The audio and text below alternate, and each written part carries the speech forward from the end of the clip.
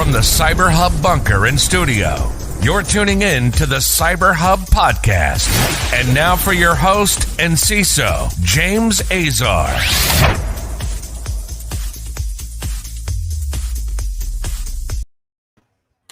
Folks, happy Thursday, July 22nd, 2021. We are here on the CyberHub podcast. Thank you for tuning in. We're live on Facebook, LinkedIn, YouTube, Twitch, and all your favorite social media platforms. Good morning to all the awesome people that are tuning in. We're going to get right to your comments here in just a moment. Don't go anywhere. I have a busy show. This week has been insane. Today's no different. I literally had 10 stories, and I had to dwindle it to like 6, and even that was difficult. There's so much to talk about.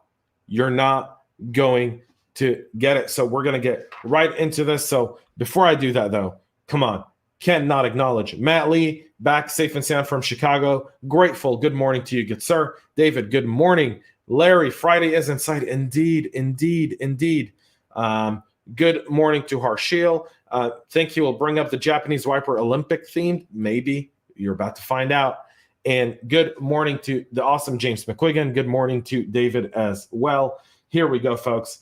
Today's show would not be possible without our friends over at Know Before and Ativo Network, so go and check them out in the show notes. All of our stories are linked in the show notes. If you haven't subscribed, please make sure to do so. And coffee cup cheers times. I need my double espresso before we get started on today's show. For baseball fans, this is my Cubs mug. I'm not a Cubs fan. Someone brought this to me, I think, or I got it in Chicago. I can't remember anymore. But it is my chai cup cheers to Harshil, coffee cup cheers to the awesome James McQuiggan and everyone else. Let's get into today's show. So China has breached over a dozen U.S. pipeline operators in a new warning issued by CISA. The breaches occurred between December of 2011 to 2013 following a spear phishing campaign targeting their employees. The end goal of the attack was to help China develop cyber attack capabilities that would allow future intrusions to physically damage targeted pipelines or disrupt U.S. pipeline operation. This was revealed in a joint advisory by CISA and the FBI. Overall, the U.S. government identified and tracked 23 U.S. natural gas pipeline operators targeted from 2011 to 2013 in the spear phishing and intrusion campaign. Of the known targeted entities, 13 were confirmed compromised, 3 were near misses, and 7 had an unknown depth of intrusion, according to the advisory. That latter one is the scary one, folks, when you don't know the depth of the intrusion. The attackers' end goal was to gain access to the ICS networks, and it was evident in at least one compromised incident where they ignored sensitive decoy documents, including financial and business-related info, planted on a honeypot. The threat level has been increased after the Colonial Pipeline attack just a month ago that literally put the East Coast on notice. Department of Justice. Yesterday, we talked about China as well. Folks, China is a malign cyber threat actor. I know I'm not supposed to say that, but it is what it is. China is malign, and we ought to start taking China for what it is. They are threat actors in every sense of the word, and they're state-sponsored in that position as well. We'll move on to Atlassian that's asking customers to patch a critical Jira vulnerability. The vulnerability is tracked to CVE 2020-36239er and can give remote attackers arbitrary code execution abilities due to a missing authentication flaw in Jira's implementation of, I don't know how to say that. Is that eCache? eCache, would that be fair? An open source component. Yesterday, when they disclosed the critical vulnerability, they announced that they're asking their enterprise customers to upgrade their instances ASAP as a mean to fix this bug. The vulnerability stems from a missing authentication check, or in other words, unrestricted access to the eCache RMI ports. eCache is still a widely used open source cache used by Java applications for enhancing performance and scalability.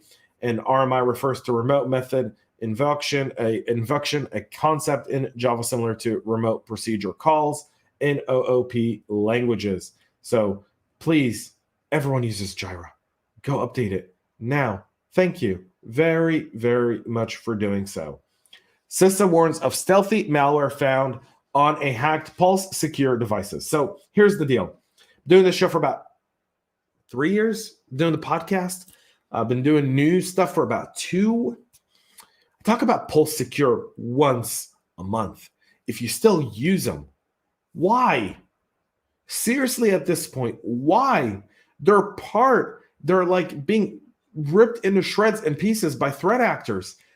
I understand they're a company and they have employees and, they're trying to do their best, but there comes a time where one has to say, when you're at the door opening for every threat actor to get into government agencies or critical infrastructure or private sector orgs, maybe it's time to look elsewhere.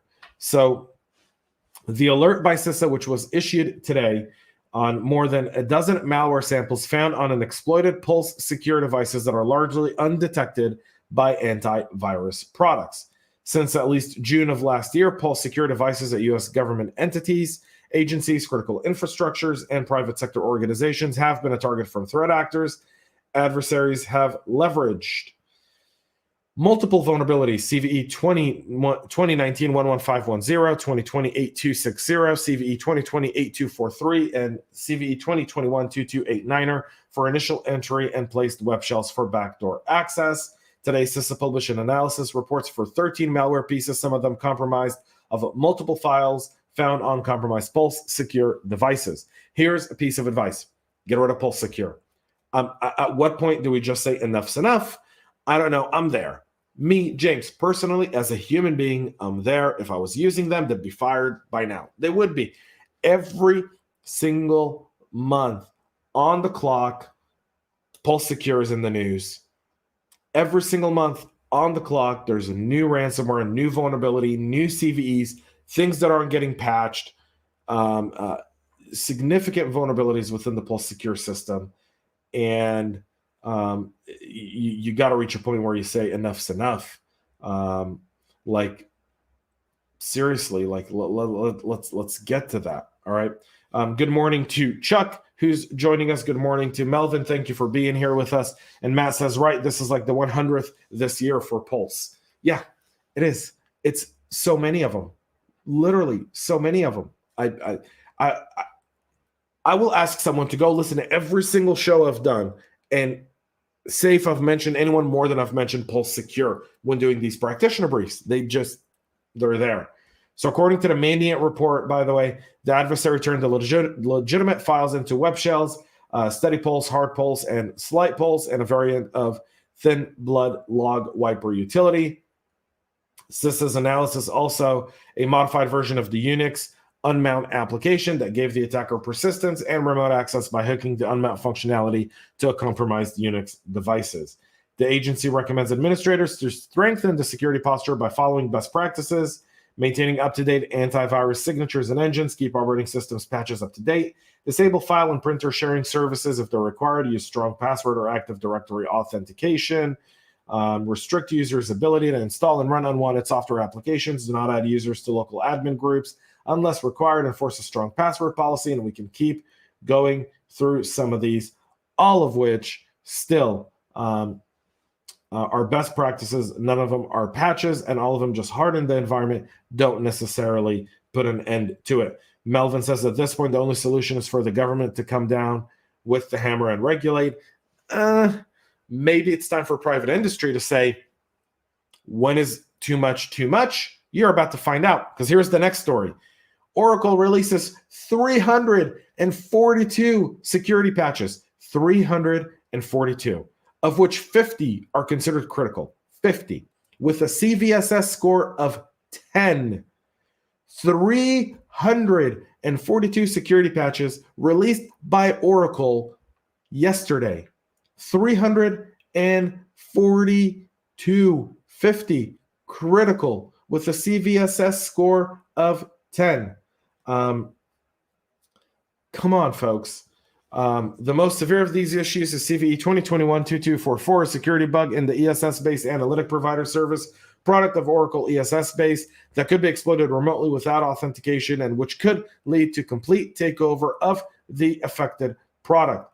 Other Oracle software to receive patches for large numbers of vulnerabilities include MySQL, 41 addressed issues, 10 of them exploitable remotely without authentication, communication applications, 33 bugs, 22 remote executable communication, 26 and 23 remotely executable, retail, 23 vulnerabilities, 15 remotely executable, financial services applications, 22 with 17 remotely exploitable, e-business suite, 17, 3 exploitable remotely, and database server, 16 with 1 exploitable remotely. This includes the patches this month include PeopleSoft, System Risk, Commerce, Construction and Engineering, ESS-based, JD Edwards, Enterprise Manager, Java SC, Hyperon, Virtualization, among many, many more. Again, for those that are just tuning in right now, 342 security patches by Oracle. 342. Let's get to some of your comments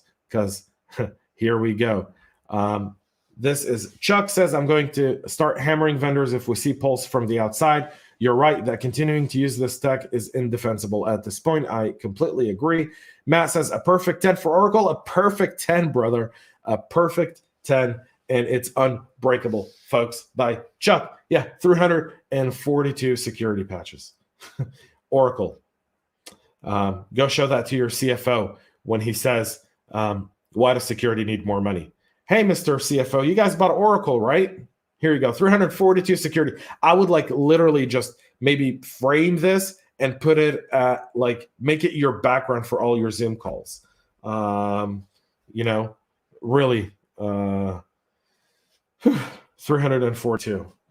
Wow. Literally, wow. All right. Dell patches a critical vulnerabilities in OpenManage Enterprise. So patches released this week for Dell, by Dell for its OpenManage Enterprise product address multiple critical severity vulnerabilities. The most severe of these issues is CV 2021-21564, CVSS score of 9.8, so not a perfect 10, my buddy. An improper authentication vulnerability that could allow a remote attacker to hijack an elevated session or perform unauthorized action by sending malformed data. The exploitation of the vulnerability does not require authentication. Another critical vulnerability in the OpenManage Enterprise is CV 2021-21585, CVSS score of 9.1, an OS command injection bug in Rakadam and IPMI tools that could allow a remote authenticated malicious user that already has high privileges to execute arbitrary OS command. And the final one is CVE 2021-21596, a CVSS score of 9.6. On the OpenManage Enterprise, a remote code execution issue that could allow a malicious attacker that has access to the immediate subnet to access sensitive information and potentially elevate privileges. All of these have been patched. Please make sure you get your Dell systems patched. And our final one, Kubernetes cloud clusters face cyberattacks via Argo workflows. The misconfigured permissions for Argo's web-facing dashboard allow unauthenticated attackers to run code on Kubernetes targets, including crypto mining containers. So when your cloud bill goes up and you're wondering why, chances are they're crypto mining in your containers. Argo Workflow is an open source container native workflow engine for orchestrating parallel jobs on Kubernetes. It speeds up processing time for compute intensive jobs like machine learning and big data processing. It's also used to simplify container deployment in general. It's great for scalability as well. Malware operators are dropping crypto miners into the cloud through Argo, thanks to some instances being publicly available via dashboards that don't require authentication for outside users. According to an analysis from Intezer, these misconfigured permission can allow threat actors to run unauthorized code in the victim's environment. Attacks really aren't difficult to carry out. Monroe mining malware is what's most likely being used. That's the predominant mining malware in repositories like Docker Hub and many others. They just need to pull one of those containers into Kubernetes through Argo or another avenue, and there it is. If you want to check for your Argo misconfiguration, the quickest ways to see if the permissions are configured correctly is to simply try to access the Argo workflow dashboard from an unauthenticated incognito browser outside the corporate environment, and that's how you know if you're you can be taken advantage of, and then you can change your configuration as well for that. Folks, we're wrapping up today's show. Thank you so much for being part of the show. Tomorrow, 11 a.m., Alan Alford, Cyber Range podcast, and myself. Jam session, AMA, right here at 11 a.m. tomorrow. Don't miss it. I got an awesome tech corner also tomorrow. I'll be talking to Eric Krohn, if you know before. We're going to be talking about CISA and NSO. A really, really interesting conversation. You don't want to miss it as well. Please make sure to subscribe. CISO Talk today, a new episode launch talking about Active Directory. It's from the webinar we did last Friday. You guys don't want to miss it. Some really hands-on information on Active Directory. So make sure you go and you check that out. We'll be back on Monday with another practitioner brief. But tomorrow is Friday, so go check out the podcast with Eric Krohn. And Alan Alford and I will be jamming out here at 11 a.m. tomorrow. Join us live. We'll be taking your questions. We'll be talking. All things great. So be here with us. I hope to see you then. Thank you so much, Chuck. Great stuff as always. Have a great morning. All of you guys have an unbelievably great morning and finish this week strong. And most importantly, folks, stay cyber safe. Cheers. See you tomorrow. We love feedback, so make sure to connect with us on social media and subscribe to our podcast on your favorite podcast listening platform.